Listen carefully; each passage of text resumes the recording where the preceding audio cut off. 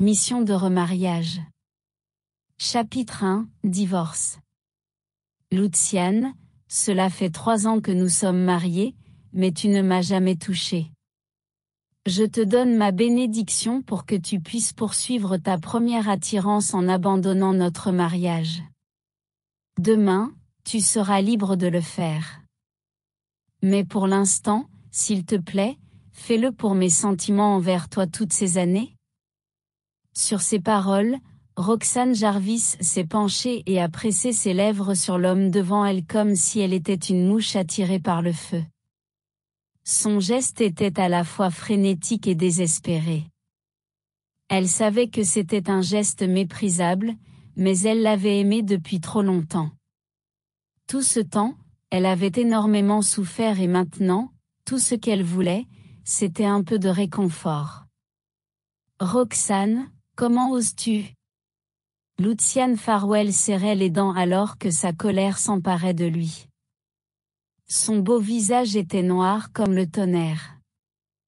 Il voulait la repousser, mais le désir qui montait en lui était trop puissant. Il menaçait de brûler toute sa capacité de raisonnement.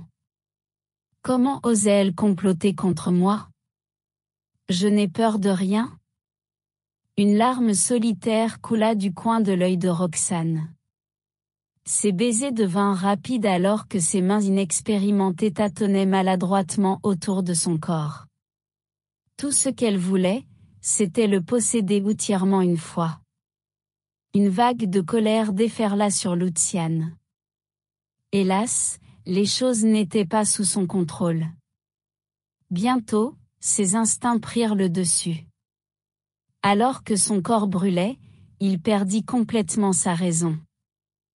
Le lendemain, Roxane se réveilla à l'aube. Réprimant son inconfort, elle sortit du lit et s'habilla.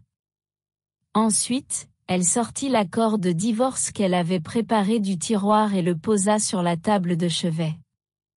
Avant de partir, elle regarda l'homme dans le lit. « Luciane, je te libère. À partir d'aujourd'hui, nous suivrons des chemins différents. Nous n'aurons plus rien à voir l'un avec l'autre, murmura Roxane. Elle détourna le regard et partit. Son cœur était rempli d'amertume et d'angoisse alors qu'elle sortait de la résidence Farwell. Roxane avait aimé Luciane pendant 7 ans. Elle avait eu le béguin pour lui depuis son adolescence jusqu'à ses jours universitaires, alors son plus grand souhait était d'être sa femme. Mais Luciane l'avait méprisé dès qu'elle avait épousé sa famille. À ce moment-là, son grand-père était gravement malade et avait besoin d'une occasion joyeuse pour espérer éloigner la malchance. Par chance, elle avait été choisie pour être la femme de Luciane. Son père avide et sa belle-mère avaient immédiatement accepté le mariage. Elle se souvenait encore de sa joie alors qu'elle attendait la nuit de ses noces. Pourtant, quand Luciane est apparue, il arborait une expression dégoûtée. « Roxane, sache que la personne que je veux épouser est Aubrey Pearson. Je n'ai jamais voulu t'épouser. Seul Aubrey a le droit d'être ma femme. Tu n'es pas assez bien pour moi, déclara-t-il. Roxane savait que Luciane n'était pas obligée de l'aimer. Cependant, elle avait encore espoir que l'homme finirait par se réchauffer à elle. Au cours des 3 années de leur mariage, elle avait fait de son mieux pour être une bonne épouse attentionnée. Chaque soir, elle préparait le dîner pour qu'il puisse rentrer à la maison avec des repas fraîchement cuisinés. Quoi qu'il en soit, elle ne se coucherait que s'il était rentré, même s'il était tard. Si elle buvait trop lors d'événements sociaux, elle prendrait soin de lui méticuleusement au lieu de le laisser entre les mains de quelqu'un d'autre. Chaque fois qu'il tombait malade ou se blessait, elle était plus inquiète que quiconque.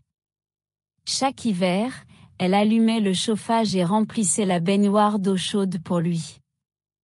Le matin, elle se réveillait plus tôt que d'habitude pour réchauffer ses vêtements afin qu'il ne ressente pas le froid. Pourtant, Il ne l'aimait jamais et ne l'aimerait jamais. Avant-hier était l'anniversaire de Roxane, mais Luciane est allée à l'hôpital pour tenir compagnie à Aubrey. C'est alors que Roxane a finalement compris que ses sentiments unilatéraux ne seraient jamais réciproques. Elle avait compris qu'elle ne pourrait jamais faire tomber Luciane pour elle, car son cœur appartenait à une autre femme. Ainsi, Roxane a décidé d'abandonner. Luciane ne s'est réveillé qu'à 10 heures du matin. La première chose qu'il voulait faire après s'être levé était d'étrangler Roxane jusqu'à la mort. Luciane était le PDG de Farwell Group, connu pour son acuité. Personne dans le monde de l'entreprise ne pouvait lui résister. Ainsi, il n'était jamais tombé dans le piège de quelqu'un d'autre.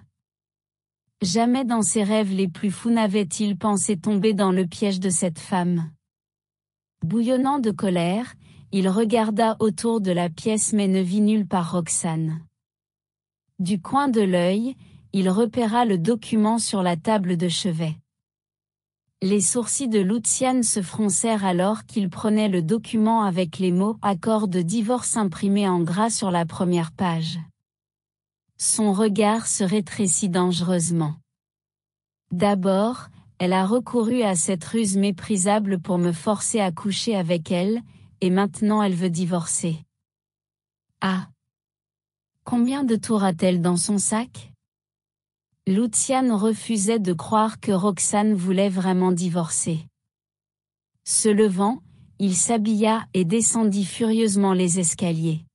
« As-tu vu Roxane » demanda-t-il au majordome, Lance. Pris au dépourvu, Lance répondit rapidement, « Monsieur Farwell, Madame Farwell est partie avec ses bagages avant l'aube. » En entendant cela, Luciane s'arrêta de marcher, surpris. 6 ans plus tard, à l'Institut de recherche médicale VR, à Yartran, Roxane venait de sortir de son laboratoire lorsque son assistante, Linda, lui dit, « Docteur Jarvis, le professeur Lambert a besoin de vous parler.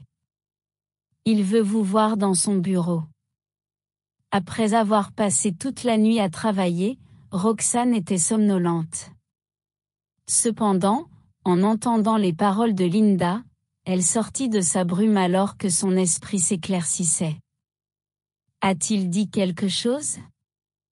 Ne me dis pas que mes petits diables ont encore détruit les résultats de la recherche? Apparemment, répondit Linda. Elle lança un regard compatissant à Roxane. Roxane était une femme efficace et compétente. Dès son jeune âge, elle était devenue la protégée d'Harvey Lambert, un éminent professeur du monde médical. Grâce à ses capacités exceptionnelles, son travail n'avait jamais été critiqué. Cependant, cela ne l'empêchait pas d'être la cible de blagues de la part de ses espiègles enfants. Linda la réconforta, « Vous avez passé 3 jours au laboratoire, alors Archie et Benny étaient inquiets pour vous. Ils ont passé leur journée à chahuter dans le bureau du professeur Lambert.